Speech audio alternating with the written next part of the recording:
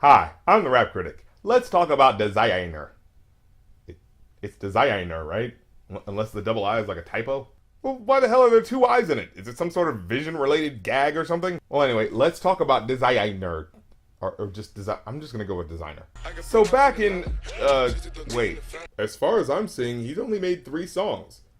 So the guy who just had the #1 song in the country has only recorded 2 songs prior? This doesn't sound right. I mean, exactly how did anyone find out about this guy? What, Def Jam just literally heard 1 song and said, yep, that's all the proof I need, slap half of this song on Kanye's album and send him a cash advance. This guy's clearly ready for the big time. You know, I think labels are just so scared of losing out on any trending rappers that they just fling record contracts out to any artist with a Twitter following number that has a comma in it. Because in this day and age, it has been proven that musicians can be quite fruitful without the need of a record label. Just think of all the money record execs are mad that they're losing out on from cats like Chance the Rapper and Macklemore, and how they prove that you can have mainstream success without the use of a major label. I think that fact is scaring the pants off of Warner, Universal, and EMI. So they're signing any artist showing commercial promise on the earlier, less music industry experienced side of their careers. And that's the main reason why this happened.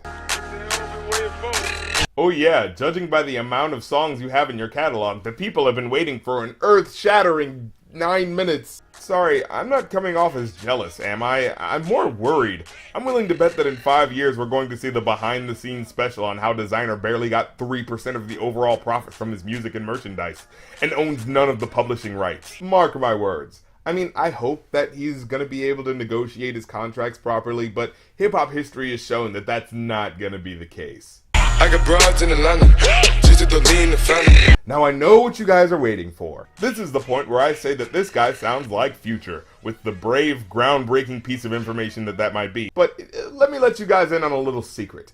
Have you ever listened to underground rap? I don't mean guys like Action Bronson or Danny Brown, guys who only count as underground because they don't have hit songs yet. No, I mean underground, like no one knows them outside of their hometown underground.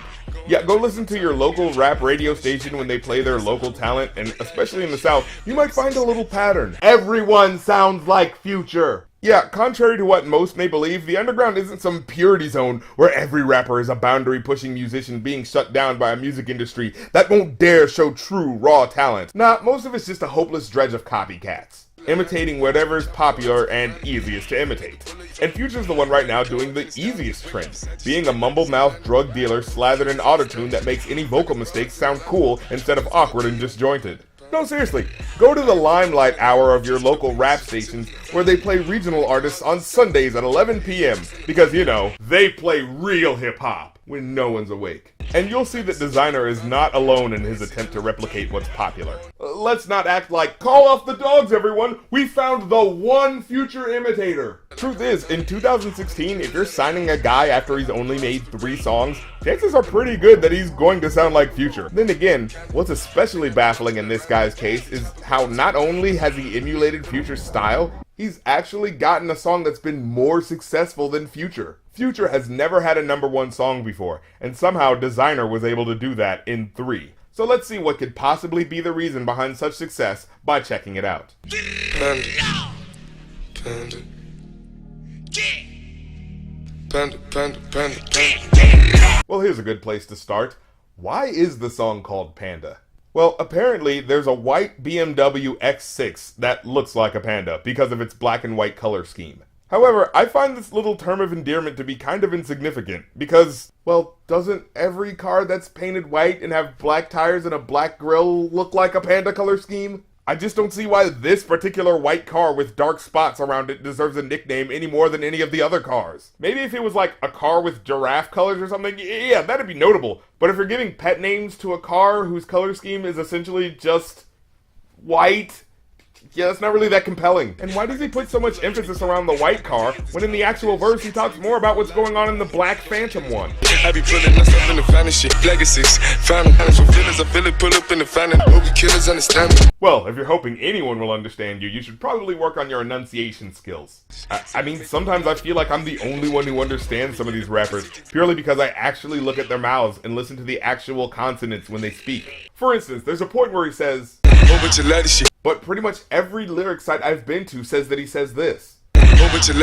But no, if you listen close, that's a D sound he's making after the L sound. And Ds are usually softened versions of T sounds, not V sounds. For instance, saying I got a lot of shit, as opposed to saying I got a lot of shit. And here, instead of what I wrote, they put which doesn't even make sense. What the hell is a life designer? That set of words doesn't work unless he's saying like designer, in which case he'd be saying they wake up wearing Versace clothes just like me, designer. In fact, if you even look at his mouth there, it's obvious that his lips are more conductive to a K mouth position than an F mouth position, which would have his lower lip covering his lower teeth. But you know what? Don't even waste your time trying to decipher this. You're not gonna get some lyrical wordsmith shrouding his rhymes in a hazy mist of horrible diction. No, it's just typical rap The chopper go Oscar for Grammy. Wait, what?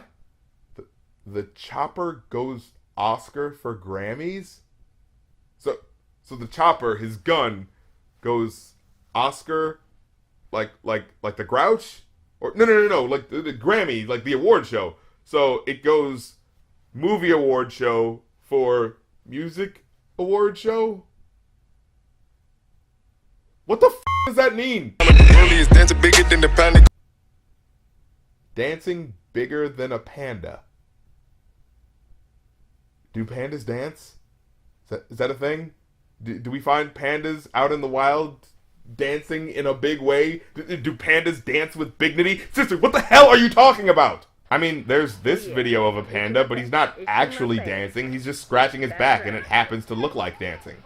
Funny enough, this song kind of reminds me of that nasty freestyle song last year. You know, the one where a one-note rapper ripped off another famous rapper's auto-tune sound and also had a reference to an animal doing something that animal isn't actually known for doing. Well, now that I think about it, it's actually kind of different.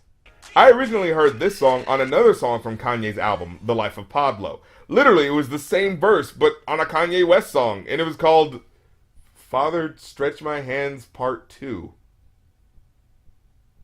Huh.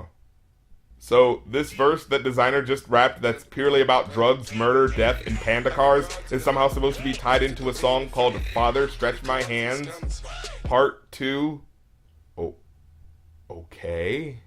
You know, usually the remix with the famous rapper ends up being the version that gets it high on the charts in the first place. I find it kind of interesting that the version without Kanye is the one people ended up gravitating to. I don't know, maybe it's because this version of the song is the only part of Kanye's album you could get without having to subscribe to Tidal. Perfect! Hey, that sample actually sounds kind of cool layered over the beat like that. Up in the morning, miss you bad. More Kanye auto-tune. Yes, this barked out delivery sheened over by this cheesy metallic voice filter is totally not played out and jarring in its ear-scraping annoyance. Yep, 6 years of using this and it's still fresh as ever, Kanye. You're making it work. Sorry I ain't call you back, same problem my father had. All his cash, market crash, hurt him bad. People get divorced for that. Oh, but wait, he's actually talking about something. About how his father schemed and planned to make money for his family and how he failed. And how he's trying to do the same thing while hoping that he doesn't fail. So how does he relate this to the original song? In what genius way does Kanye tie it all together? Off the road, jaw was broke, remember we always broke, remember I'm coming back, I'll take it off steady. I got broads in Atlanta, she's at the lean. Oh, so he doesn't. He just kind of jams Designer's verse in after his, huh? No, for real, how is the narrative for this supposed to go? My father tried to follow his dreams, but it ended up destroying his family. But then I followed my dreams of being an artist, to give my family a better life, and explore my artistic creativity. And now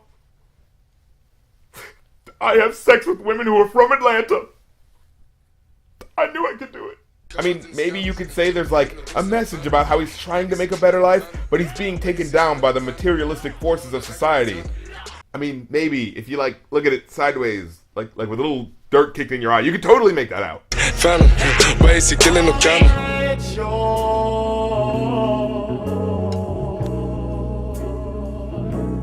How can I find you?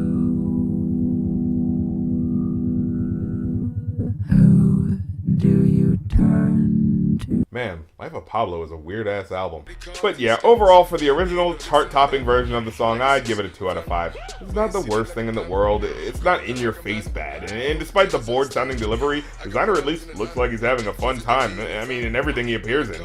And I'd say, hey man, live it up, have as much fun as you can, but with this hurried catapult into fame, I can't help but be more concerned about whether or not he's got some good businessmen on his side than whether or not the song's actually good. You might want to make sure that the people holding you up have your best interest at heart, because I don't want to burst your bubble, but it's definitely not because you're doing something that people haven't seen or heard before. Panda, panda, panda, panda, panda, panda. Is that supposed to be the skin of a panda's face? Okay, that's new.